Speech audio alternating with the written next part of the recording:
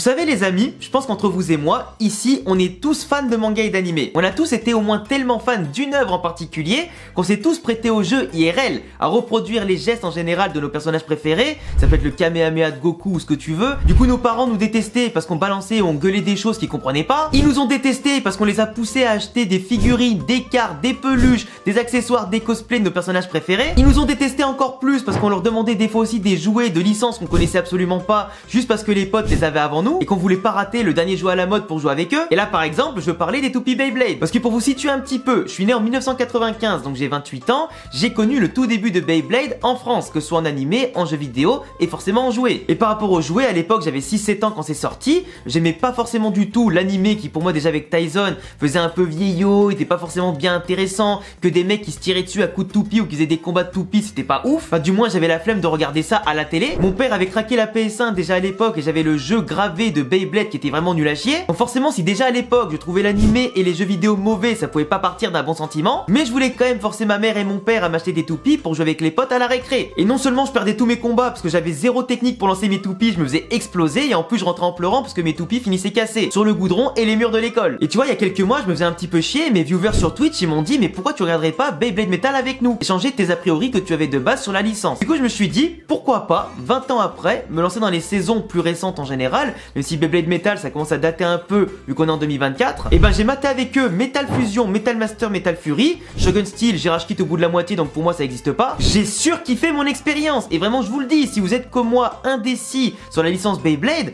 commencez pourquoi pas par Beyblade Metal ou Beyblade Burst, vous allez surkiffer votre vie. Et je dis pas ça pour faire genre, parce que comme je vous le dis pour Shogun Steel, si j'aime pas je rage quitte et en plus je le dis. Et je vous dis, si j'avais pas d'autres achats à faire en particulier pour certains tournages qui arriveront dans les prochains mois, je suis à ça d'acheter des toupies Beyblade. Et d'ailleurs dites-moi en commentaire quel est votre toupie préféré, votre personnage préféré, votre série Beyblade préférée, et si éventuellement vous avez des toupies chez vous, et si vous les utilisez. Et vraiment que ce soit l'histoire, l'ambiance, les personnages que ça raconte et tout ça, parce qu'à l'époque j'avais pas compris que le plus important c'est pas forcément le Beyblade en lui-même, ou du moins le lancer de toupie en lui-même, mais simplement comment on se sert de ça pour raconter une belle histoire. Et franchement j'étais touché en plein cœur par la licence. Et là en ce moment sur Twitch, quasiment tous les soirs à 19h, on regarde ensemble les saisons de Burst et je suis actuellement à Evolution et je surkiffe ma race. Et d'ailleurs je suis très heureux les amis en tout cas que vous ayez eu beaucoup d'engouement sur mes analyses de Kyoya et de Ryuga de Beyblade Metal. Mais si ça vous intéresse que je fasse plus tard des analyses de Beyblade Burst avec pourquoi pas ces personnages emblématiques dans leur ensemble, bah n'hésitez pas à me le dire en commentaire. Je pourrais aussi pourquoi pas analyser d'autres animés, des animés que vous avez kiffé durant votre enfance, ça pourrait être intéressant. Mais du coup n'hésitez pas aussi à venir me follow sur Twitch et Insta, il y a tous les liens en description pour avoir le planning des streams, les projets qu'on fait et forcément aussi pour suivre l'aventure avec nous sur Twitch. En tout cas les amis, je suis très heureux de vous retrouver aujourd'hui dans l'analyse complète de la trilogie Beyblade Metal pour parler des points forts et des points faibles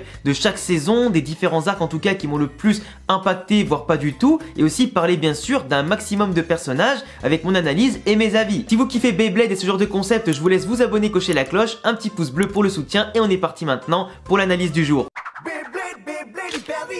Beyblade Metal Fusion. Pour commencer l'analyse, on va bien sûr commencer par la première saison de la trilogie Beyblade Metal Fusion. Alors déjà, si je peux me permettre une petite remarque, ça s'appelle Metal Fusion et moi dans ma tête, je commençais déjà à me dire qu'il allait avoir des fusions de toupies, des mecs qui allaient créer des toupies incroyables, qu'ils allaient faire des combats en équipe de fous malades, et en fait pas du tout. Tu te retrouves en réalité avec juste les gens qui jouent au Beyblade, qui ont chacun leur propre toupie, qui peuvent changer les pièces à la limite comme ils le veulent, mais globalement tu as quand même une saison qui se veut être une bonne introduction à la licence, avec les personnages qui sont en général bien racontés, bien détaillés, avec les antagonistes en général qui sont présentés et qui donnent un petit peu un avant-goût de ce que tu peux potentiellement trouver dans Beyblade Metal. Tu commences aussi à comprendre à quel point le Beyblade est hyper important dans cet univers, qui fait plus que partie du quotidien de ses habitants et qui en ont fait limite une religion un petit peu partout, au point que les enfants ne vont même pas à l'école dans cet univers, qui peuvent voyager librement pour jouer au Beyblade comme si c'était possible en général. Même les adultes sont matrixés par le Beyblade pour te dire à quel point déjà entre les bladers DJ, entre le père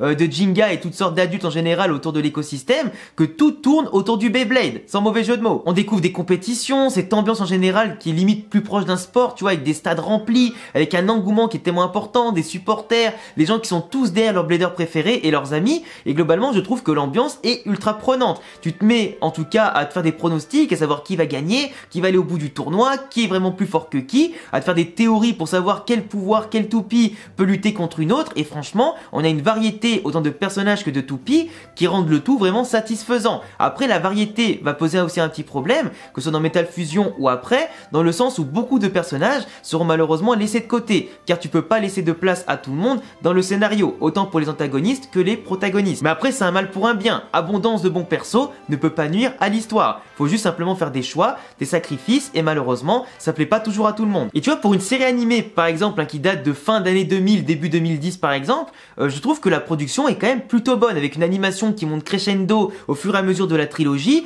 des effets visuels avec les esprits des toupies, des impacts, simplement aussi la volonté de chaque personnage qui est bien retranscrit autant dans sa toupie que dans son visage et globalement dans leurs intentions. Et je trouve que aussi l'écriture de pas mal de personnages est hyper intéressante pour un animé qui de base doit servir à vendre les toupies dans un but purement marketing et commercial et globalement destiné à un jeune public plutôt qu'à un public adulte. Laissez-moi me présenter.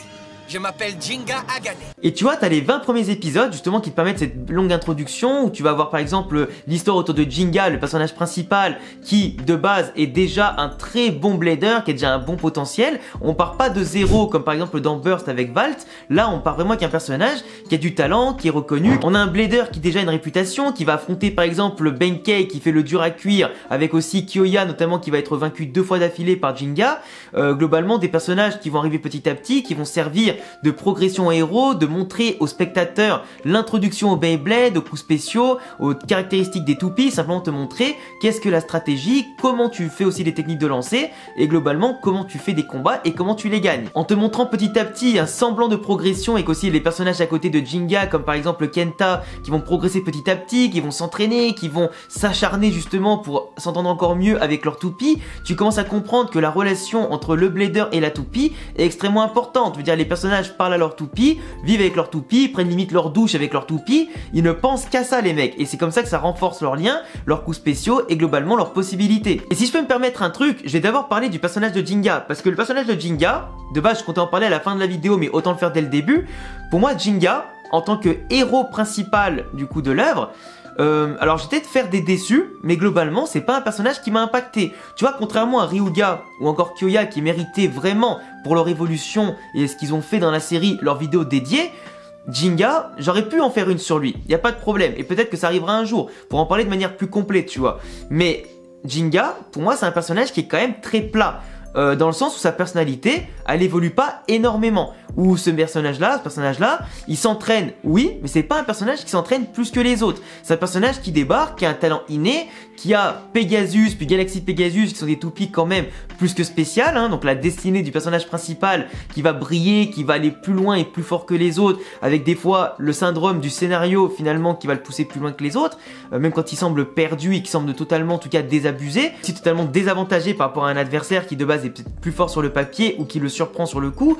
Mais Jinga, c'est vrai que c'est un personnage qui n'a pas la progression, je parle en tant que personnage, je parle pas en tant que blader, qui n'a pas la progression dans sa personnalité, d'ambition dans son développement, qui mériterait peut-être d'en faire un personnage principal. Pour moi, c'est un personnage qui est vraiment lambda par rapport à d'autres œuvres que je lis depuis que je suis tout petit ou que je visionne depuis que je suis tout petit. C'est pas un des personnages principaux que je vais retenir, en tout cas pour sa personnalité, ce qu'il a montré et l'impact qu'il a dans la série. Il pousse les autres à se dépasser parce que c'est le personnage principal, que ce soit les antagonistes ou ceux qui sont à côté de lui, comme Kyoya, comme Kenta, etc. Par sa réputation, il pousse les autres à devenir plus forts.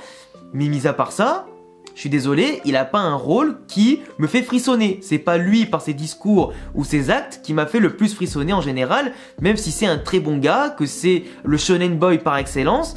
Mais c'est pas celui qui me fait le plus vibrer, je suis désolé. Et d'ailleurs, le point qui le mettait le plus en évidence, par rapport aussi par exemple à son histoire avec Ryuga, son père, du coup, qui est Phoenix, Ryo, après du coup le boss de la MBB, son père qui est censé être mort de base. Mais finalement c'est une fausse mort parce qu'il revient son père. Il a survécu à ce qui s'est passé dans la grotte avec Ryuga et il est revenu sous Phoenix avant d'être démasqué, etc. Son père aurait pu apporter peut-être ce soupçon de personnalité qu'on n'attendait pas forcément chez Jinga, qui semblait être une force tranquille, mais qui finalement, au contact de Ryuga, a totalement pété les plombs. Il montrait une colère assez noire, au point de maltraiter un peu Pegasus sur le coup, qui ne semblait pas être en accord avec ce que faisait Jinga au niveau de sa colère, tout ça, et qui ne montrait pas son plein potentiel dans la première rencontre contre Eldrago. Mais Jinga, en ayant un père qui finalement est revenu et qui vient briser un petit peu cette tension entre le protagoniste et l'antagoniste, bah finalement ça l'a remis à plat, tu vois. Le moment où tu pouvais comprendre qu'il avait une blessure profonde, quelque chose qui pouvait le pousser vers l'avant, bah cette blessure, elle a été aussitôt ouverte, aussitôt fermée. Tu vois ce que je veux dire ou pas? Et derrière, bah juste t'as un personnage qui veut se battre pour le bien. Et pas plus que ça finalement. Et se battre aussi pour être le numéro 1. Mais ça c'était l'objectif ultime déjà de base. D'où le fait que l'intrigue, à mon sens, avec le père de Jinga, elle était totalement inutile. Et ça je vous le dis, dans un but de scénario de développement, pour ce que ça a résolu derrière, pas grand chose, et pour ce que ça a amené au final, valait mieux limite ne pas la mettre, et limite ne pas incorporer le père de Jinga dans la suite de l'histoire. Peu importe qu'on pense que Phoenix Ryo, il est super badass, il a une toupie de ouf, pour moi, en plus son personnage de son père, il te raconte quasiment rien. C'est un peu le mec qui est adulte au milieu des enfants, qui prend des décisions que personne n'écoute, que personne peut se blairer, et qui au final ne sert juste de faire valoir. C'est tout, et un petit peu de légitimité, mais une légitimité qui a été remise en cause à maintes et maintes fois. Derrière son père qui va finir par être le boss de la MBB avec comme secrétaire Hikaru qui, alors, elle est présentée comme une badass girl, elle arrive, etc., elle en impose, elle a un chara design plutôt sympa, mais au-delà de ça, à part avoir massacré Kenta dans son palmarès plus de 15 fois et de perdre à la 16e fois qu'elle affronte, derrière, c'est une meuf qui n'a fait qu'enchaîner les défaites. Son palmarès, frérot, il est aussi vide que le Paris Saint-Germain en Ligue des Champions. Désolé de dire les termes. La meuf, elle a fini traumatisée par Hyuga et à la fin, elle pouvait même plus blairer une toupie et même la sienne dès qu'elle la voit tourner, elle finit par pleurer. Elle voit un plat en train de chauffer dans le micro-ondes, elle panique. Après, au bout d'un moment, voilà, on souffle. Après, la meuf, elle bosse, elle a 14-15 ans, frérot. Par contre, s'il y a une meuf qui est super importante dans l'histoire, c'est forcément Madoka, le premier pilier de Jinga, c'est qui le suit partout, qui est sûrement au passage amoureuse de lui et inversement. Mais Madoka, c'est l'ingénieur Beyblade qui est super important. Sans elle, il y a quasiment pas d'histoire de Beyblade. Les gens la sous-cotent parce qu'elle se bat pas, etc. C'est un peu la mécano du groupe et c'est tout. Mais tu vois, c'est une meuf, c'est une force tranquille. Elle dit pas grand chose, mais par contre, quand elle pète les plombs, elle pète les plombs. Et vu à quel point elle est entourée d'abrutis finis, tu m'étonnes qu'elle pète les plombs. Et tu vois, elle répare tout le temps les toupies, elle les analyse, elle les décortique, elle trouve les stratégies. Si elle est pas là, les frérots, ils sont tous dans la merde. Hein. Et elle a quand même du caractère parce que dans l'arc de la survie où elle se retrouve en finale du Battle Royale parce qu'elle accompagnait Jinga tout le long, elle a vu que Léon, la toupie de Kyoya, était ultra en danger en train de se fissurer. Et pour l'arrêter dans son élan, c'est elle qui a lancé sa toupie pour, bon, perdre au passage, mais au moins pour arrêter Léon et Kyoya avant qu'il soit trop tard. Et moi je te le dis, une meuf comme ça, mais ayez toujours une Madoka dans ta vie, elle est toujours là pour te soutenir et ça c'est beau bordel. Après autant Jinga il a droit à un grand soutien, un grand pilier, mais autant par exemple Kyoya, son pilier c'est quand même Benkei, le suceur originel. Le mec comme dialogue, il dit soit j'ai faim, soit Dark Bububule, soit Kyoya mon pote. À un moment donné, frérot, j'en peux plus de ce mec. Il apporte un peu d'humour, il apporte un peu de répartie, il apporte un peu ce côté clownesque dans la série qui fait un peu du bien pour faire retomber un peu la pression. Mais je veux dire, dès le début, dans sa première apparition, c'est entre guillemets le premier boss que Jinga affronte avant Kyoya, mais du moins un sbire d'un boss si tu préfères. Mais après ça, il a pas un palmarès de fou. Dans Metal Fusion, il fait illusion avec Dark Bull qui pourtant n'est pas une mauvaise toupie de base, ou du moins est présenté comme une bonne toupie, même si c'est pas forcément bien s'en servir. Mais après ça, il disparaît totalement. Dans Metal Master et Fury, il sert de plot. Enfin, dans Master, il sert d'être le réserviste et 4e joueur de l'équipe africaine du coup de Kyoya, parce qu'à force de lui lécher les pieds, de le harceler H24 et le stocker partout, il a fini par accepter. Mais de base, Kyoya, il est pas intéressé plus que ça par Benkei, même si à la fin, il finit par l'accepter comme un véritable ami, tu vois. Mais Benkei, pour moi, il est pas forcément crédible comme personnage. Et honnêtement, finir vendeur de burgers dans Shogun Steel, finalement ça lui va plutôt mieux. J'apprécie le personnage, mais globalement, son inutilité sur la durée, bah elle est plus que méritée en fait. Et dans tous les cas, il se retrouve très vite déclassé dans la hiérarchie des bladers, ou du moins des meilleurs bladers. Un autre personnage qui est aussi facilement oubliable et déclassé, c'est bien Yoma. Yoma, au début, on te le présente comme l'ancien rival de Jinga, comme son ami d'enfance dans le village de Koma. Le mec en plus, il est quand même plutôt stylé, il a une bonne toupie, il a en général des bonnes techniques, une bonne connaissance. C'est un peu le mec un peu plus mature, un peu plus, j'allais dire, c'est un peu la force tranquille du groupe quand il arrive, mais globalement, Beybladement parlant, si je peux dire, c'est un peu une fraude. Le mec il perd ses gros combats, dès qu'il a perdu contre Kyoya, après c'est fini, il a enchaîné quasiment que des défaites. Dans les combats impactants, on l'a pas vu briller plus que ça, et il a été totalement oublié dans Masters et dans Fury, parce qu'il est resté au village de Koma pour accomplir sa mission, protéger le village et du moins simplement faire son quotidien.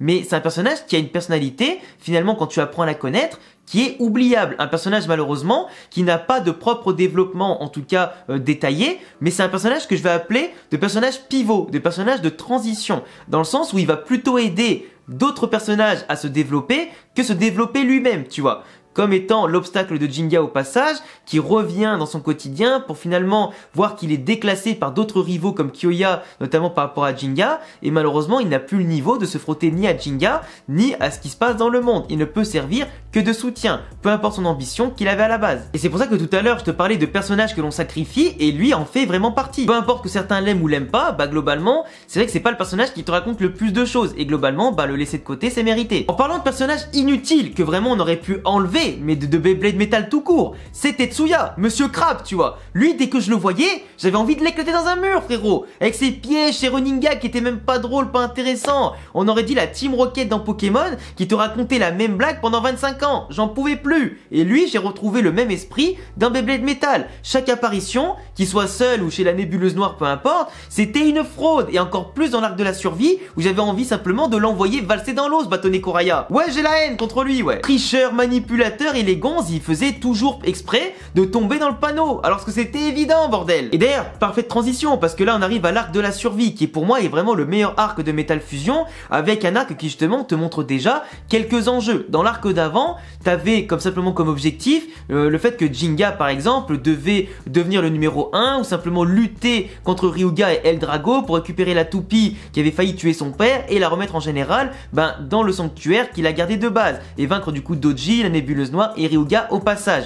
Là tu arrives à d'autres objectifs, même si l'objectif principal n'est pas abandonné, mais là c'est un objectif intermédiaire qui te met déjà un nouvel enjeu, c'est-à-dire tu as comme une espèce de tournoi, mais cette fois-ci sous la forme de Battle Royale, et tu as ce côté où tu vas voir apparaître des stratégies, de nouveaux combos, des nouveaux coups, tu vas voir un petit peu le fruit de l'entraînement de certains personnages, tu les vois step up et tu commences déjà, au bout de 20 épisodes, à comprendre c'est quoi la progression dans Beyblade. Tu vois des combats que tu voulais voir depuis le départ, et franchement ça fait plaisir, même s'ils sont plus ou moins écourtés en termes de temps d'écran, parce que tu peux pas donner en tout cas un développement monstre à tous les combats, c'est pas possible tellement il y en a, il faut bien que ça avance, mais globalement tu fais aussi la rencontre du personnage de Yu, que je sais que beaucoup d'entre vous ont apprécié au-delà du fait qu'il a la même VF que Naruto, mais Yu, tu vois, par sa bonne humeur, par son côté enfantin, qu'il soit plus jeune que les autres si je dis pas de bêtises, tout comme Kenta, Yu va apporter cette folie, va apporter cette toupie surpuissante, ou du moins des nouveaux coups qu'on n'avait jamais vu, et surtout va montrer à Jinga et à Kyoya qu'on pensait être à part Ryuga quasiment invincible,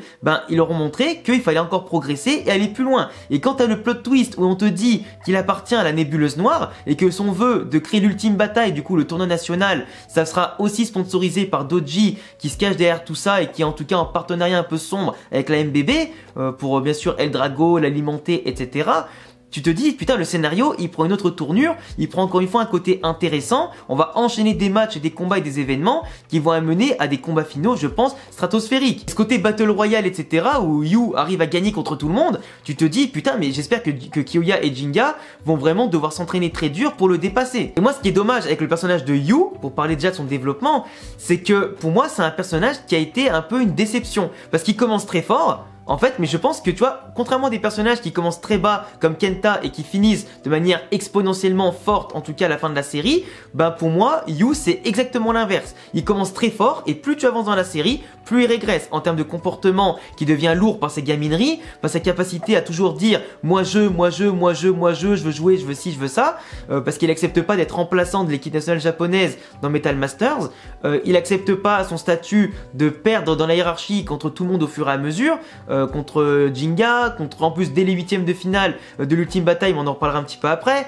il perd après contre Tsubasa dans Metal Masters, il y a plein de défaites comme ça qui s'enchaînent, même contre Reiji, il arrive pas à gagner, il est obligé de s'enfuir pour fuir Ryuga, la nébuleuse noire et Doji, mais globalement c'est un personnage qui, dans son comportement, ses intentions, ses discours, je trouve reste trop immature, trop gamin finalement, digne de son âge, mais n'arrive pas à step up ni à se montrer plus intéressant que ça, malgré des capacités et un talent pourtant évident. Et d'ailleurs, pour faire la transition avec l'arc de l'ultime bataille, parce que c'est lui qui l'a demandé à Doji à la fin du moins de l'arc de la survie, le problème de l'ultime bataille les frérots, c'est que pour moi c'est un immonde gâchis.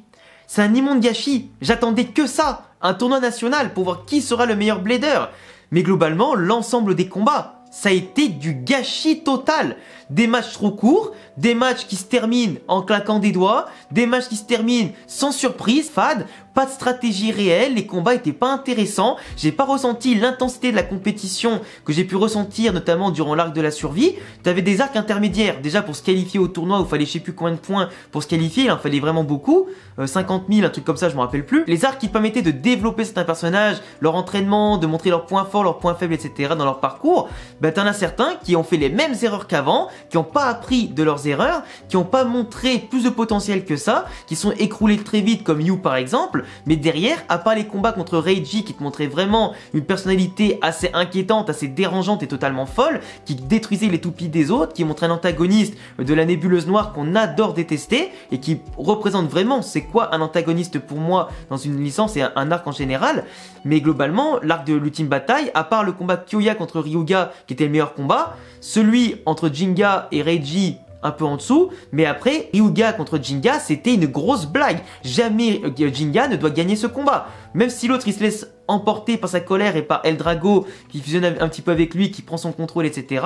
Jamais Pegasus ne doit remporter son combat contre Ryuga, et du moins contre Eldrago. Mais bon, scénario fait qu'il faut forcément au bout d'un moment terminer le débat, mais ce qui est encore plus fou à la fin, c'est qu'ils se sont fait chier toute la saison à le pourchasser et pour le battre enfin, ils le laissent quand même par terre Ryuga avec la toupie dans ses mains, et ils le laissent se barrer avec en plus, au lieu de la ramener au sanctuaire.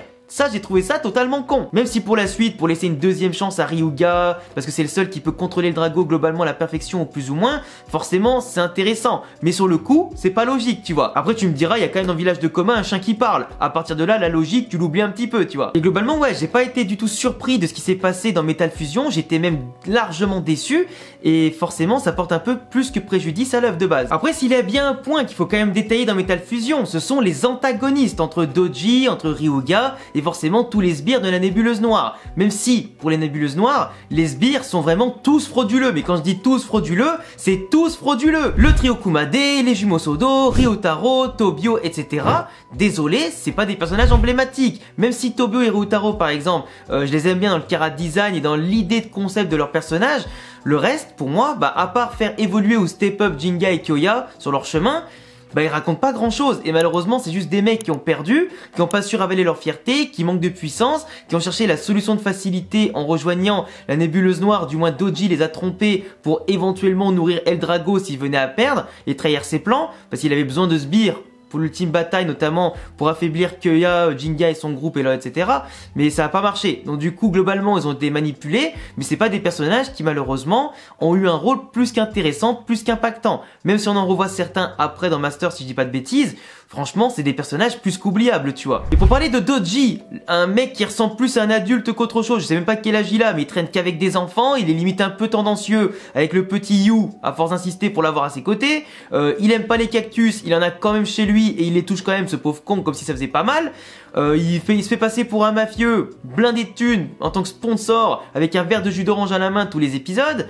Il se prend pour plus important qu'il ne l'est, il pense qu'il manipule Ryuga et Eldrago, alors qu'en réalité, c'est eux qui le manipulent, parce que le mec, à part le fait que dans Fury, on apprenne avec son comeback qui sert que pour le fanservice et pourquoi pas titiller un peu Ryuga, bon, ça sert pas forcément à grand chose, vu la fin qu'il a eu juste après, mais je veux dire, à part le fait que de base il voulait rejoindre Nemesis, ou du moins ce groupe-là, tout comme l'a fait le Dr Ziggurat, dans la saison 1, donc Metal Fusion à part entière, son plan, il était quand même voué à l'échec. Tu fais un plan pour créer des compétitions, pour alimenter Eldrago, tout ça, mais derrière, la partie la plus importante, contrôler Eldrago, comment tu fais, frérot? Il est trop puissant pour toi. Et c'est pas avec sa toupie, qui semblait vite fait forte au début de Fusion, qui va être intéressante. Mais non, il s'est fait balayer derrière, assez facilement. Il est passé de pseudo méchant, c'est plus pour moi un enfant qui a grandi avec une cuillère en or dans la bouche et qui se croit tout permis, avec des ambitions démesurées qu'il n'est pas capable d'atteindre tout seul. D'ailleurs, il a chuté dans mon estime en tant qu'antagoniste, mais même assez rapidement, quoi. Il a permis de réunir Ryuga et Eldrago à la limite, hein, les faire sortir de la grotte, les amener ici, les faire grandir, mais derrière, avec ses moyens colossaux, c'est pas un personnage emblématique pour moi, je suis désolé. Loin de là, je m'attendais vraiment à beaucoup mieux de sa part, peut-être beaucoup plus de puissance, mais en réalité, c'est juste une fraude cachée derrière la thune et Eldrago, en fait. Après, pour parler de Ryuga et Eldrago, Drago. Alors j'ai pas expliqué tout ce que j'ai expliqué dans ma propre vidéo sur Ryuga et je vous laisserai aller la regarder après celle-ci pour mieux comprendre la psychologie, le développement et l'évolution de Ryuga. Mais pour moi dans Metal Fusion, le vrai antagoniste c'est pas Ryuga, c'est Eldrago. Ryuga pour moi il se fait contrôler par Eldrago, les sentiments négatifs etc. qui prennent le contrôle de Ryuga et qui en plus durant le combat contre Jinga et Kiyoya se révèle encore plus fort et surtout n'aurait pas dû perdre contre Jinga. Mais je veux dire Ryuga en tant que personnage actuellement dans Fusion n'avait rien à raconter. Il a plus eu des choses à raconter vers la fin de Master quand il intervient, quand il aide Jinga et qu'il aide aussi l'équipe nationale japonaise et la fin et notamment le plan de Ziggurat qui tombe à l'eau et surtout encore plus avec sa relation avec Kenta qui est développée dans Metal Fury. Mais Ryuga en tant que personnage ne raconte pas grand chose dans Metal Fusion. Il est méchant pour être méchant et c'est plus Eldrago finalement qui est à abattre que lui, tu vois. Mais globalement les antagonistes à part Eldrago et Ryuga dans la première partie de Metal n'ont pas été à mon sens emblématiques ni vraiment intéressants. Mais je trouve que après ça on arrive vraiment dans le vif du sujet et ce qui est selon moi la meilleure saison. Et donc ma note finale de l'arc de Metal Fusion c'est pas plus qu'un 4 ou un 5 sur 10. Et encore je suis très gentil parce que j'ai quand même passé globalement un bon moment. Mais entre le début quand même un peu mou et la fin qui était ultra décevante sur plusieurs points, c'est pas dingue tu vois. Écoutez tous, notre bataille n'est pas finie, en fait elle ne fait que commencer. Qu'est-ce qu'on dit tous ensemble? 3, 2, 1, Perfides! Beyblade Metal Masters. Alors là, les amis, on a pour moi la meilleure saison et je vous dis directement ma note, c'est un 9 sur 10 pour cette saison-là, tellement j'ai kiffé l'ambiance, que j'ai kiffé cet aspect sportif, cet aspect d'équipe, cet aspect d'union vraiment pour créer l'équipe japonaise, pour créer cet engouement autour d'un événement, la Coupe du Monde, que globalement dans tous les animes de sport, je rêve de voir. Et là du coup sur un animé comme Beyblade, qui met le Beyblade comme un sport et comme un jeu plus qu'important, j'ai trouvé que les enjeux, là, ils étaient vraiment trop cool, tu vois. Et surtout que de base, on te parle pas d'antagonisme, on te parle pas au début de Dr Ziggurat, après de ce qui va t'arriver avec Toby, etc. Juste l'aspect de l'enjeu de la Coupe du Monde, même si on se doutait qu'il pouvait après y avoir un peu des secrets un peu plus sombres qui allaient émerger au fur et à mesure. J'ai adoré, vraiment j'ai adoré tout ça. Que ce soit les nouveaux personnages, les nouvelles toupies, les nouvelles stratégies, les tensions. On n'est pas Jinga qui soit le héros de chaque combat, qu'on a laissé la lumière aux autres personnages de l'équipe. Et franchement, j'ai trouvé ça hyper malin. Qu'on mette Jinga des fois en difficulté et que ce soit d'autres les sauveurs et qui progressent de manière exponentielle. Mais que demander de plus, tu vois, avec des fois des retournements de situation de zinzin qui en plein stream m'ont fait lever de ma chaise. En plus imagine, si on avait eu l'équipe de zinzin de rêve qu'on voulait avoir, Jinga, Kiyoya, Ryuga, Tsubasa mec. On aurait eu un quatuor mais monumental frère, la concurrence elle aurait pleuré. Malheureusement Ryuga on l'a eu que pour un combat pour démonter Jack, bien sûr qu'il sortait en plus du système de renforcement, là, de perfectionnement de Ziggurat, donc il était quand même assez balèze. Mais Ryuga qui intervient magnifiquement pour sauver l'équipe japonaise, mais on a surtout eu droit malheureusement à Masamune, Masamu Fraude comme j'aime l'appeler. J'en reparlerai de lui un petit peu après, mais vraiment ce personnage là, c'est peut-être un de ceux que je déteste le plus dans Metal en général. Et je suis désolé pour ces fans, mais je vais devoir dire les termes pour vous les gars. Et je trouve qu'aussi plus globalement, dans Masters, on a des thèmes plus approfondis, qui deviennent de plus en plus intéressants, plus matures, et franchement ça fait du bien, tu vois. Tu passes du côté un peu enfantin de la chose, même si dans Metal Fusion, t'avais l'aspect sur l'histoire du père de Jinga, sur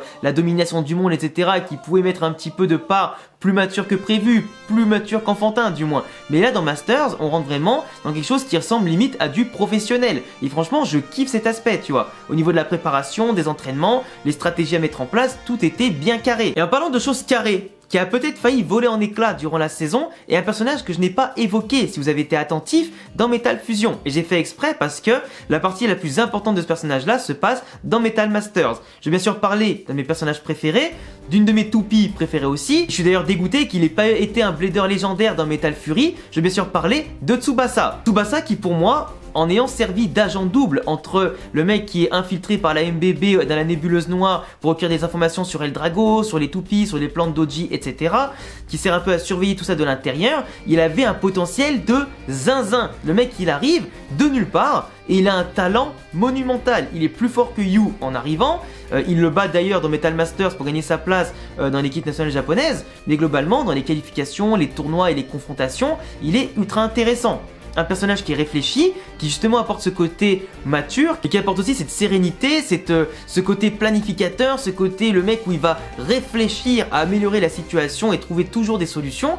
Et franchement, ça fait vraiment du bien. Un personnage comme ça, quand t'as des personnages fous comme Jinga par exemple à côté, pour faire la balance, au-delà de Madoka par exemple qui pouvait le faire, ou Kyoya qui était beaucoup plus agressif, bah ça fait du bien, tu vois. Et Tsubasa malheureusement a subi des défaites cuisantes, a subi des échecs, et pourtant, et c'est ça qui est intéressant dans Masters, c'est qu'on te montre à quel point la lumière d'un personnage peut être facilement englouti dans les ombres s'il se laisse consumer par sa propre faiblesse, sa propre culpabilité, le fait de perdre, se sentir faible, la peur en tout cas de coûter des points à son équipe durant le mondial, la peur de ne pas être à la hauteur, le fait qu'un personnage qui est habitué à avoir un certain statut se retrouve totalement déstabilisé du jour au lendemain, perdre ses moyens, ne peut être en osmose avec sa toupie, ça l'a fait sombrer de plus en plus bas et de plus en plus profond, et globalement limite à lui créer un alter ego, une personnalité qui a pris le dessus, qui semble être hyper agressive, qui semble surtout être hyper imposante et sans pitié, qui peut lui permettre de gommer cette faiblesse, quitte à perdre le contrôle et tomber dans les vapes à chaque combat, ou à chaque crise du moins, et simplement avoir peur de la défaite, avoir peur d'être ridicule, ou peur d'être un poids pour les autres, ça l'a fait tellement gonfler dans cet ego, en tout cas maléfique, que ça en a fait créer une aura incroyable, une aura démesurée, et qui nous a montré un Dark Tsubasa qu'on aurait aimé peut-être voir développer un peu plus, ou exploiter un peu plus, mais quand il a affronté du coup l'équipe européenne avec le duo, contre le duo Wells et Sophie par exemple, et après contre les Garcia avec le Brésil, il a été décisif, en gagnant limite à lui tout seul le combat en duo en 2 contre 2, puis après en gagnant du coup contre le boss des Garcia, qui sont passage des fraudes monumentales, on en reparle après, mais pour moi Tsubasa, cette évolution, ce développement, cette leçon de vie qu'il apporte, elle est vraiment intéressante. Et tu vois, tu peux te laisser aller, même si de base tu parais extrêmement fort, mais ce qui compte c'est ne pas se laisser aller, c'est de garder l'esprit ouvert, de rester bien entouré, de mettre des mots sur tes mots, entre guillemets, les mots, les douleurs, tout ça, t'as compris le jeu de mots, mais globalement, surtout, réussir à garder la tête froide et conserver ton identité, comme il le dit lui-même, je suis Tsubasa. Il s'est perdu en route et il a dû se retrouver tout seul en étant confronté contre ses faiblesses. Et c'est ça qui est beau. D'ailleurs, pour les autres équipes qu'on a rencontrées, t'avais l'équipe brésilienne et l'équipe russe que je vais pas trop développer parce que pour moi c'est des fraudes absolues. Entre l'équipe d'Alexei qui a voulu draguer vite fait Madoka pour avoir des informations et servir un petit peu de leurs points communs pour faire basculer la balance et globalement choper les infos et tricher un petit peu au passage. Ou l'équipe Garcia qui pour moi pareil est un running gag à la Tetsuya qu'on revoit après aussi dans Fury si je dis pas de bêtises et qui servent simplement apporter des excuses du style ils sont pauvres, ils ont connu la misère, etc. Ils ont connu le mauvais regard des gens, ils ont connu toutes les pires situations, ils ont dû voler pour s'en sortir, faire le mal pour s'en sortir, du coup ils font pareil dans le Beyblade quand leur situation va beaucoup mieux, ils cèdent sous l'argent, ils cèdent sous la pression, ils cèdent sur absolument tout, dès qu'ils peuvent gagner de la thune, etc. ils sont prêts à faire semblant de s'engueuler entre eux, faire semblant de pas tricher, etc. Au final c'est juste des fraudes camouflées par des putains de tricheurs en fait, et surtout des mecs trop nuls. Heureusement que t'avais l'équipe africaine, l'équipe chinoise et l'équipe européenne pour relever le niveau globalement. Parce qu'après, l'équipe américaine, c'était contrôlée, comme vous le savez tous, par l'académie HD du coup de Zegurat, avec d'un côté Zeo, le pote de Masamune, puis aussi Jack, et bien sûr aussi Damian, qui pour moi est aussi une fraude. L'équipe chinoise avec Dashan, avec Shi Yunli, avec Shaoqin et Mei Mei. Bon, Mei Mei qui va porter un peu d'humour avec des mots qu'elle-même elle comprend pas, ou les mots qu'elle utilise très mal. Comment il s'appelle, Shaoqin qui est un petit peu le gros baiser de la série, qui a plein de fans, mais le mec finalement il se fait tellement remettre en place que finalement il décide de reprendre l'entraînement. T'as le fait que Dashan, il est un lien en tout cas particulier avec Shi Yunli, où notamment ils sont élevés tous les deux, ou du moins ils sont entraînés tous les deux depuis longtemps, ou en tout cas l'école de Belin possède une culture assez intéressante, un poids de l'héritage assez important, qui les pousse à se donner, à apprendre encore plus de choses, à élever leur niveau pour élever le niveau du temple et aussi des autres apprentis, et globalement essayer de mettre l'équipe chinoise et leur enseignement, plutôt légendaire, qui s'est quand même transmis à travers les siècles et les siècles, sur le toit du monde. Sauf que malheureusement, à part Dashan, les autres sont pas forcément au même level. Dashan c'est quelqu'un qui a des valeurs, qui est un personnage puissant, intéressant, qui aurait pu à mon sens être un blader légendaire, et que je suis quand même très déçu pour lui qu'il ne le soit pas, parce qu'en plus d'un Kara design il a une bonne toupie, il a de bonnes stratégies, des bonnes réflexions, c'est surtout un personnage qui est un véritable leader, qui a quand même battu Julian Konzern à la fin, et globalement qui a battu quand même pas mal de bons adversaires et il méritait beaucoup mieux que ça, tu vois. Et le fait qu'on apporte des traditions et d'autres cultures différentes et qu'on les approfondisse dans Beyblade grâce à l'équipe chinoise par exemple, bah franchement je trouve ça super intéressant et une bonne initiative qu'on aurait aimé voir plus détaillée, pourquoi pas, dans les autres équipes. Et du coup le fait que l'équipe chinoise tisse énormément de liens avec l'équipe japonaise, une petite rivalité qui se tire vers le haut finalement. Après on avait l'équipe africaine qui est un petit peu l'équipe surprise avec des joueurs qui viennent d'un petit peu partout, en tout cas des bladers qui ont rejoint ça parce qu'il y avait des sélections ultra ouvertes, avec Nile, avec Demuré qui sont pour moi super intéressants. Nile qui est un personnage qui fait partie de mes préférés, qui a une des plus belles toupies aussi, qui a une mentalité intéressante, qui rejoint Kyoya et qui en fait limite, tu vois, pas son rival mais vraiment un mec à sa hauteur, et en tout cas un personnage sur qui on peut compter et qui apporte aussi cette vibe, je trouve plutôt stylée et au-delà de ça assez puissante et qui montre des capacités qu'on voyait pas forcément chez d'autres bladers et personnages, et avec cette lucidité d'esprit, ce côté réfléchi qui fait quand même du bien à voir au bout d'un moment. Et Kyoya c'est quand même super intéressant parce qu'il fait partie de l'équipe africaine et ça permet aussi un petit peu de recentrer tout ça sur l'histoire. Kyoya qui n'a pas voulu participer avec l'équipe japonaise à la Coupe du Monde parce que tu te retrouves avec un Kyoya qui a l'ambition d'être le numéro 1, mais il ne veut pas devenir le numéro 1 avec celui qui veut dépasser. Il a pour objectif, non pas forcément d'être le meilleur, mais d'abord de battre Jinga, chose qui va s'inverser au fur et à mesure, mais globalement, battre Jinga pour lui, il veut le faire sur le toit du monde, ou du moins sur sa course vers le toit du monde. Et donc être avec lui, c'est impossible, tu vois. Donc aujourd'hui, le fait qu'il ait pris le risque de partir, ça a chamboulé l'organisation de l'équipe japonaise, parce qu'il avait quand même fini premier des éliminatoires et des qualifications pour l'équipe japonaise, de manière écrasante devant Tsubasa, devant Yu, etc. Et il montrait vraiment qu'il était au-dessus de la concurrence. Et le fait qu'il a pris les rênes d'une équipe d'un autre continent, qu'il a su être un leader et surtout bien s'entourer, avec après il a appelé Benkei en tant que 4e remplaçant, mais globalement tu te retrouves avec un Kyoya qui est allé de l'avant, qui est sorti de sa zone de confort, qui au fur et à mesure du temps a su comprendre Léon, a fait les mauvais choix au point de faire pleurer sa toupie, puis d'arrêter quand elle était sur le point d'être brisée plusieurs fois, de mieux la comprendre, de mieux cerner Léon, de mieux se comprendre aussi lui-même, de mieux s'entourer, d'enfin faire confiance aux autres au lieu d'être un loup solitaire comme d'habitude, et à la fin il a montré une évolution assez importante. J'en parle plus en détail dans la vidéo qui lui est dédiée sur ma chaîne YouTube, mais globalement Kyoya fait partie avec Ryuga des personnages qui ont la meilleure évolution au sein de Beyblade. D'ailleurs le combat entre l'équipe africaine et l'équipe japonaise, dans un autre scénario, peut-être que l'équipe africaine aurait dû gagner ce combat, ou du moins ces confrontations, entre Nile qui a explosé Masamune, un combat entre Kyoya et Jinga qui finit sur un nul alors que Kyoya était bien meilleur.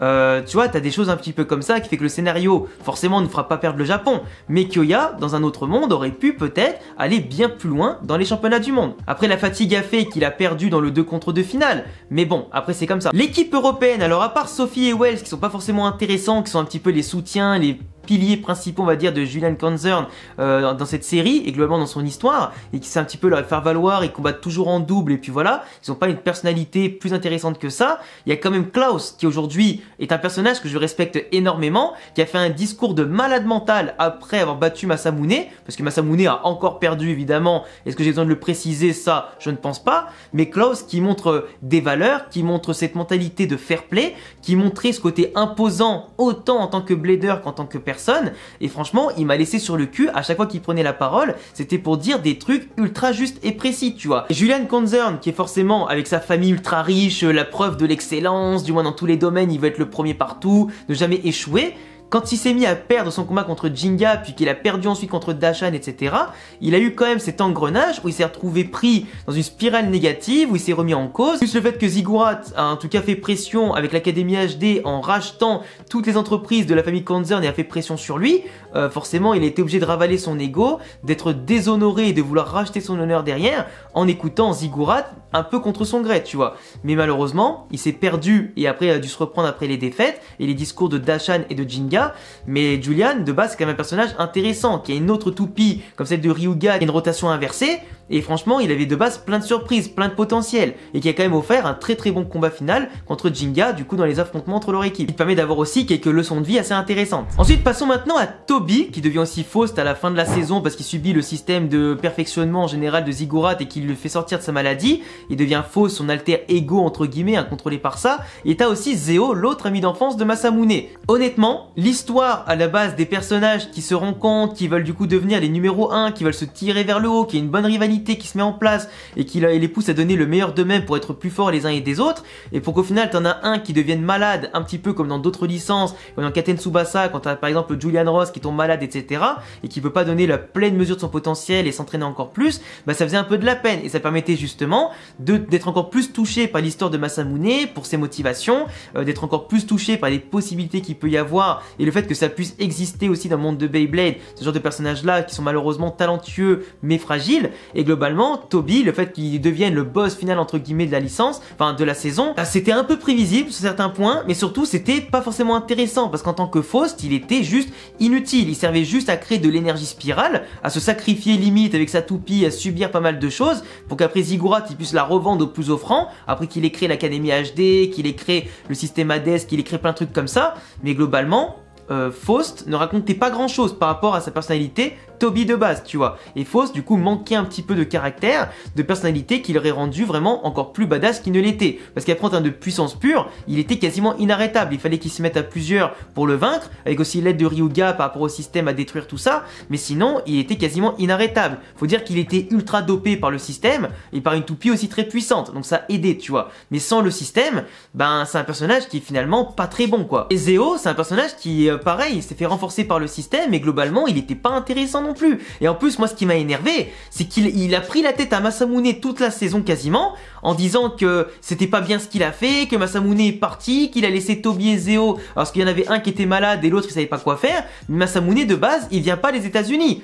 Il vient du Japon, il était là aux États-Unis, ses parents je crois ont déménagé, donc après il faut pas lui en vouloir que le mec veuille repartir, qu'il veuille accomplir son rêve, qu'il veuille simplement accomplir son rêve pour deux personnes et pas que pour lui de base. Et l'autre il lui en veut de ne pas sacrifier sa vie, de pas la gâcher. Je veux dire, je suis désolé, moi mon meilleur ami il tombe dans le coma, je vais pas m'arrêter de vivre parce que mon pote est dans le coma. Je viendrai bien sûr le voir, etc. Mais je veux dire, je vais pas m'arrêter de vivre. Et si je peux vivre en tout cas ses rêves à lui pendant qu'il peut pas les vivre, bah je le ferai, tu vois. Mais globalement, Zeo, en tant que garçon immature, il en veut à Masamune sur quelque chose de totalement aberrant, tu vois, et de purement égoïste en fait. Et du coup, sa motivation de rejoindre Ziggurat et son programme pour se doper, etc., pour se venger, bah c'est totalement immature en fait, et c'est totalement débile pour ce personnage, qui en plus après derrière se fait poutrer plusieurs fois. Il a battu Masamune par chance et un petit peu par scénario, mais de base, Masamune devait gagner ce combat en finale, tu vois. Après, Masamou Fraude, comme j'aime bien l'appeler, c'est un personnage qui est ultra caractériel, égocentrique, qui est ultra joyeux, trop dynamique, qui dit beaucoup de conneries, qui est pas très intelligent aussi, mais qui peut en tout cas en tant que blader avoir des stratégies plutôt pas mal, qui se revendique numéro 1 parce que c'est plutôt le numéro 1 en sortant de la fin, mais dans Metal Masters, il prouve pas du tout son level, et il fait partie pour moi au bout d'un moment des personnages qui tapent sur le système, qui ont toujours des interventions pas intéressantes, ils ont toujours aussi ce côté égoïste où c'est toujours un petit peu comme You, c'est moi je, il pense très rarement au collectif, sauf dans son histoire avec Toby par exemple, mais Masamune, au bout d'un moment j'en pouvais plus, il me sortait par le cul frère, avec ses interventions, ses combats qui perdaient, et en tout cas sa mentalité qui ne me convenait pas, à la fin j'en pouvais plus. Et le fait que dans Fury, il ait servi finalement qu'à éveiller la toupie de crise plutôt que la sienne, qu'il n'est pas devenu un blader légendaire et qu'il y a eu un running gag sur ça, parce qu'il l'est pas devenu, tout comme Kenta au début, mais qui après lui l'est devenu, bah Masamune, tu vois finalement, Masamou Fraude, il mérite entièrement son nom. Et globalement, le fait qu'il ait pas été plus développé que ça ou simplement plus mis en avant que ça, c'est qu'il y a aussi une raison. Il fait partie des personnages à sacrifier qui permettent d'en amener d'autres dans l'histoire, d'en développer d'autres, lui de faire son petit cycle, même s'il n'a pas été ultra décisif. Il semble avoir été mis en avant, mais en réalité pas tant que ça. Et du moins je pense que les producteurs voulaient s'en servir juste pour raconter d'autres choses que sa propre histoire. Pour les antagonistes, on avait bien sûr Ziggurat qui était un peu pour moi un doji en à peine amélioré, mais finalement lui en lui-même il fait rien, il fait juste que se servir des autres pour accomplir son but. Donc finalement c'est un peu comme Doji et c'est pas forcément ultra impactant. Il a des personnages ultra intéressants sous la main comme Jack par exemple, qui est vraiment cet artiste incompris, cet artiste qui pousse le délire super loin jusqu'au dans les combats de Beyblade où il va dessiner des trucs avec sa toupie au lieu de combattre, ou du moins il le fait avant de combattre. Mais tu vois, Jack, cet aspect de folie, moi je l'ai adoré. Vraiment, c'est peut-être l'un de ceux, parmi les antagonistes, que j'ai le plus adoré. Par rapport à Damian, qui pour moi est présenté comme un boss final, qui paraît intéressant parce qu'il a balayé Yu et Tsubasa, je crois, sur le chemin, ou Kenta. Mais derrière, le mec, quand il affronte Jinga, il a certes cette technique là de la porte machin des enfers ou je sais plus quoi, la porte d'Hadès, mais finalement Kyoya, il s'est confronté aussi, il l'a battu. C'est un personnage qui te paraît puissant, qui a été full amélioré par le système, mais sans ce système-là de perfectionnement et simplement sans ce caractère qui est ultra fade et juste méchant pour être méchant, bah Damian, je suis désolé, c'est un personnage qui est fade et qui te raconte rien et t'as pas envie d'apprécier ce personnage, t'as juste envie de le voir perdre en fait. Enfin bref, sinon mis à part la fin de Metal Masters et du coup les antagonistes pas ultra intéressants, mais je pense qu'on aurait pu faire une saison quand même sans antagonistes etc et juste se concentrer sur la Coupe du Monde, ça aurait pu être tout aussi parfait, on ne serait pas tombé dans du bullshit ou du toujours plus et je sais pas quoi, d'où le fait que j'ai enlevé un point à ma note de Beyblade Metal Master. Mais passons maintenant à la dernière saison, parce que cette vidéo commence déjà à être aussi un petit peu longue, Beyblade Metal Fury. Alors pour parler de la dernière saison de la trilogie, on a une saison ici qui pour moi est pleine de qualité mais aussi qui a des défauts qui m'ont un peu dérangé tout au long et qui font que c'est pas du tout à la hauteur à mon sens de Metal Masters. Mieux que Metal Fusion, ça reste quand même une très belle conclusion à la série, du moins à la trilogie, mais après avoir vécu Metal Masters, je suis quand même déçu qu'on retombe dans certains travers, ou du moins qu'on tourne un petit peu en rond dans cette saison. Alors dès le départ, par contre ce qui est très bien, c'est que on a un enjeu qui est clair, t'as quand même une menace qui est prédéfinie, t'as Nemesis, alors qui s'approfondit un peu plus dans le monde de Beyblade, t'as le système aussi avec les fragments d'étoiles qui vont élever des bladers légendaires, t'as aussi le système aussi des toupies des 4 saisons, du coup t'apprends que les toupies ont des origines, ont simplement une puissance particulière, même si c'est pas le cas pour tout le monde, mais au moins t'as certains élus qui vont pouvoir se mettre en évidence, mais du coup, malheureusement, avec le choix de certains élus, ça fait que automatiquement, tu vas en écarter énormément de personnages dans la foulée parce qu'ils ne pourront pas suivre en termes de puissance, ils ne pourront servir que de faire valoir ou de soutien, mais ils ne pourront jamais intervenir dans les moments opportuns. C'était une manière, je pense, à la fin, de faire le tri. Mais sauf que ils ont fait, alors faut quand même vendre des toupies, il faut vendre des jouets à la fin de la série. Donc ils ont incorporé d'autres personnages qui vont s'incorporer dans les bladers légendaires, ce qui va frustrer un peu le public qui tout le long va théoriser sur qui sont les bladers légendaires, vont se dire mon personnage préféré il a intérêt d'y être par rapport à d'autres etc. Finalement tu as des nouveaux gentils comme méchants de base qui s'incorporent à la place de ceux que tu aurais voulu et malheureusement bah, tu te retrouves avec des personnages peut-être un peu moins intéressants sur le devant de la scène, d'autres qui n'avaient pas fini leur développement totalement zappé, et tu te retrouves au final avec des choses parfois, alors je vais pas dire bâclées, mais simplement laissées en suspens, parce que comme je le disais en début de vidéo, plus tu as de personnages, plus tu as de variété, ça sert le récit, mais à la fin, faut faire des sacrifices. Et globalement, les problèmes que j'ai eu dans les différentes parties de Metal Fury, vous me direz si vous êtes d'accord en commentaire, même si le but de Beyblade, c'est évidemment de jouer, de faire des épreuves, de faire des trucs comme ça, des combats, je trouve que dans Metal Fury, on a fait trop de mini-arcs avec des tournois en équipe, tournois 1 contre 1, des tournois avec la montagne, là tu vois, on a fait plein d'épreuves comme ça, mais c'est pas original. C'est pas original, t'as déjà fait ça dans Metal Fusion, t'as eu plein de trucs comme ça, t'as eu tout le tournoi dans Metal Masters au niveau mondial. Là, dans Metal Fury, tu fais une quête pour aller chercher les bladers légendaires avec Yuki qui vient chercher tout le monde, qui veut motiver tout le monde pour stopper Nemesis. Même si Kyoya, ce qui l'intéresse, c'est de battre les bladers légendaires. Ryuga, c'est pareil. Mais globalement, les autres, ils veulent aller les chercher, voir s'ils sont pas alliés avec la secte de Nemesis, tout ça, tu vois. Mais globalement, tu te retrouves avec un enchaînement de petits arcs de combat pour chercher ces bladers dans les lieux où tu es le plus susceptible normalement de les trouver et qui s'éveillent en plein combat comme ça. Mais malheureusement, c'est trop répétitif.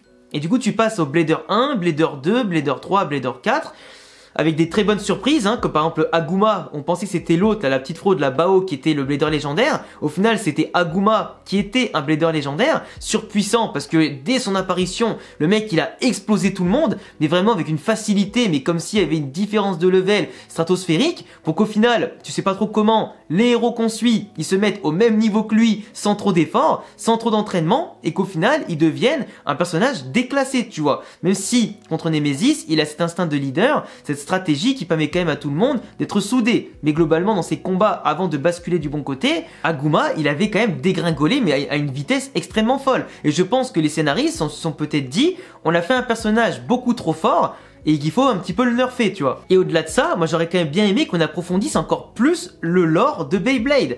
Je te dis, dans certaines phases de fusion et de masters, on en a parlé, mais dans Fury, t'avais l'occasion d'approfondir définitivement l'origine des toupies, d'aller vraiment encore plus loin. Pas juste dire que c'est des fragments d'étoiles, que c'est venu d'une comète et je sais pas quoi. Il y avait beaucoup de choses à faire. Et pour moi, on n'est pas allé assez loin.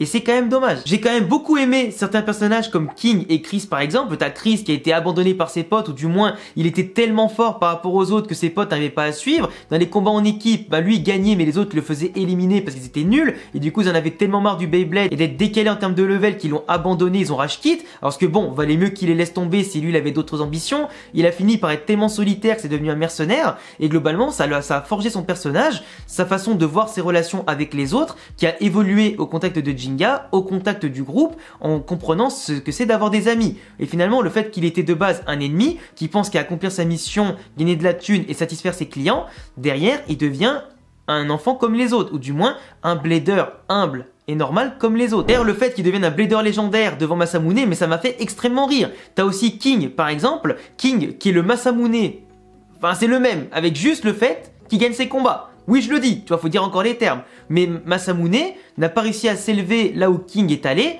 qui avait en plus avec ce système de limite Super Saiyan, Ultra Instinct, où il a les cheveux blancs et des auras de fou, tu vois. Le personnage, il est super intéressant. Et pour moi, le fait qu'il ait le miroir un peu de Masamune, mais du bon côté, bah ça montre aussi ce côté intéressant et preuve que Masamune n'était pas aimé des producteurs. Parce que normalement, King, tu peux t'en passer et mettre Masamune à sa place. Mais s'ils ont créé le personnage de King, à un moment donné, frérot, je pense qu'ils voulaient juste tacler Masamune les deux pieds décollés. Et le mec, je rappelle quand même qu'il était tellement fort, ou du moins sa toupie était tellement forte, qu'on lui a privé quand il était gosse, qu'il a dû la récupérer et s'enfuir avec. C'est comme si tu privais de ballon Messi et Ronaldo. C'est être un assassin, là. Après, honnêtement, t'as des personnages inutiles comme Titi qui apparaît tellement à la fin que t'as pas le temps de le connaître, et à mon sens, je l'ai pas trouvé ouf de rajouter un gosse comme ça dans l'équation. C'est le personnage de Ryuto qui est censé être le frère de Ryuga dans le manga, si je dis pas de bêtises, mais dans l'animé, il apparaît là, il a la même gueule, mais personne ne dit rien, par servir de repère dans les ruines et pour se diriger, machin. Frérot, c'est un personnage qui est oubliable, qui est juste là pour le remplissage en fait. T'as aussi Dynamis qui est un personnage super intéressant, qui est super calme, modeste, qui est tranquille, qui est en plus le gardien du temple et des ruines, qui est en général la force tranquille, qui certes se fait manipuler malheureusement par la malédiction d'Hadès, etc., mais qui revient vite sur Terre et qui a quand même guidé nos héros de base sur le bon chemin, qui est un blader légendaire, qui a quand même cette puissance aussi qu'il maîtrise parfaitement, un personnage notamment qui peut te transmettre les discours de l'époque sur l'histoire, sur un petit peu le passé des toupies Beyblade, sur la toupie avec Nemesis à l'époque qui existait déjà. Il a pu transmettre ce savoir, et c'est un petit peu son rôle de transmettre l'héritage qu'il connaît en connaissant justement les bons points comme les mauvais points pour en avertir la nouvelle génération. Et le fait qu'il te parle de Dieu de la destruction, de Nemesis, tout ça, et ben franchement ça alimente encore plus la tension qu'il peut y avoir dans la saison, et j'aime bien ça. Moi j'en ai pas parlé, le personnage de Yuki. Le personnage de Yuki, tu vois, c'est un personnage qui, dans la série, alors je suis pas très fan, mais il est quand même intéressant. Il devient blader légendaire en n'ayant pas des capacités de blader ultra avancées. Il a quand même certaines aptitudes où il est très adroit, ce que tu veux, mais c'est pas un très bon blader de base. C'est pas un personnage qui est ultra courageux ni ultra impactant. C'est un peu le scientifique un peu peureux qui sort quand même de chez lui parce qu'il faut agir pour stopper Nemesis. Mais tu vois, à part dire aux gens qu'il faut arrêter Nemesis, arrêter Nemesis, arrêter Nemesis, il te tape sur le système, tu vois. Et même Kyoya, il en a marre. Kyoya qui passe son temps à lui envoyer des pics, à le challenger justement pour le faire sortir un peu de sa zone de confort, même si de base lui, il apprécie pas ça, mais il comprend plus tard le message que veut lui faire passer Kyoya pour le pousser à grandir et évoluer et prendre un peu plus en maturité et arrêter d'être trop naïf par rapport à la quête des bladers légendaires que lui il veut absolument retrouver, alors que les autres, bah il voit bien que c'est pas si facile que ça. Mais c'est un personnage, tu vois, qui aurait pu être un peu plus travaillé, un peu plus dans sa personnalité, mais globalement qui reste quand même, alors un peu attachant, mais surtout aussi un peu chiant, quoi. Après forcément, un des points les plus importants de Metal Fury, ça reste Kenta et Ryuga. Kenta et Ryuga qui ont une relation maître-élève assez impactante. J'en ai parlé dans ma vidéo sur Ryuga, mais Ryuga qui est d'habitude très solitaire, Kenta qui n'est pas un blader légendaire, qui est dégoûté de pas le devenir, tout comme certains comme Tsubasa, mais lui qui lâche rien, qui va suivre Ryuga pour devenir plus fort, pour avoir des informations sur lui par rapport aux autres, et surtout faire en sorte de le faire changer d'avis, pour qu'il prête sa force quand même impressionnante au groupe de Jinga contre Nemesis. Il va pas abandonner, il va pousser le bouchon plus loin jusqu'à ce que Ryuga finalement le prenne en respect, l'affronte. En plus, il a même fissuré la El Drago pour dire à quel point il a été déterminé, tu vois. Kenta qui a hérité après du fragment d'étoile de Ryuga et entre guillemets de son savoir, sa puissance, son héritage pour devenir encore plus fort et être un point clé sur la fin de la saison et montrer qu'il a step up en tout cas à tous les levels, que c'est plus un garçon pleurnichard, que c'est plus un petit garçon qui suivait les traces de Jinga, qui voulait juste être l'enfant qui était un petit peu son lèche-botte, mais finalement qui a sa propre personnalité, qui s'affirme, qui peut être utile pour le groupe après avoir été inutile dans Metal Masters, et globalement dans Metal Fusion, à part chouiner, mais tu vois, dans Metal Fury, il passe une dimension, même si ça a pris du temps. Au moins, il a appris des épreuves, il a vécu le quotidien de Ryuga qui s'imposait des épreuves en traversant des zones mais totalement abusées, tu vois. Donc il s'est aguerri physiquement comme mentalement et dans ses qualités de blader, il est devenu un blader légendaire à juste titre, et le fait qu'un mec comme Ryuga, qui est très froid, très solitaire, le reconnaisse à sa juste valeur, limite comme un disciple et encore plus comme un ami, qu'est-ce que tu veux dire? C'est une relation qui est magnifique en fait, et qu'on n'imaginait pas au début de Beyblade Metal. Et par contre, pour terminer sur les antagonistes, je suis désolé, mais c'est un peu le point nord aussi de Beyblade Fury, dans le sens où Rago, Pluto et les autres, mais il servait à rien. Johannes, tu vois, c'est le mec qui apparaît, hein, le petit sbire un peu de la Team Rocket, qui vient te défier, qui vient te freiner, qui vient t'empêcher de faire quoi que ce soit, mais au final le mec c'est plus un poil à gratter qu'autre chose. En termes de talent, de niveau, il était intéressant au début, mais il se fait vite déglinguer par tout le monde. Et à la fin, avec des coups bas bien sûr, il arrive à déstabiliser nos héros, mais sinon Johannes, par sa fourberie, il excelle, mais en termes de niveau, il est pas forcément très ouf. Et après, bon, c'est juste un sbire de Pluto et de Rago, qui aussi s'était servi de Ziggurat et de Doji au passage, mais pour acquérir plus de puissance, d'informations, etc.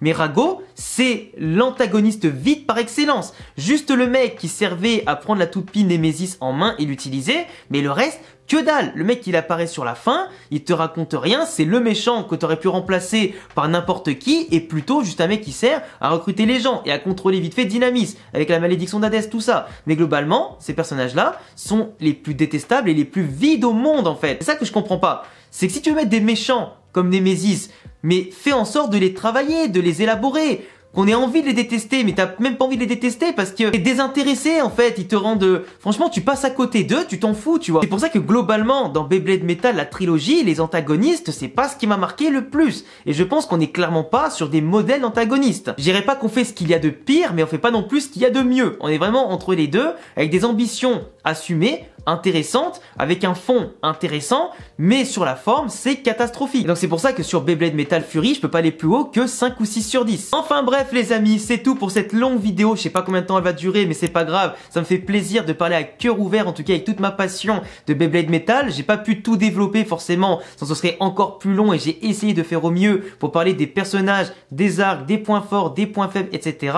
Cette vidéo, c'était pas un résumé pour te dire mot pour mot ce que tu avais vu au niveau des épisodes, tout ça, mais vraiment pour analyser les points qui me semblaient essentiels. Si j'en ai oublié, je vous laisserai me dire en commentaire ce que vous en avez pensé et ce que j'ai manqué, et aussi vos avis par rapport à ce que j'ai pu dire. N'oubliez pas qu'on est tous passionnés par la même chose, donc qu'on soit d'accord ou pas, c'est pas grave. Et je vous laisserai vous abonner, cocher la cloche, mettre un petit pouce bleu et me follow sur tous mes réseaux pour me soutenir dans mon travail. Et puis si vous voulez d'autres vidéos comme ça, n'hésitez pas à me le dire, et à bientôt. Ciao les gars.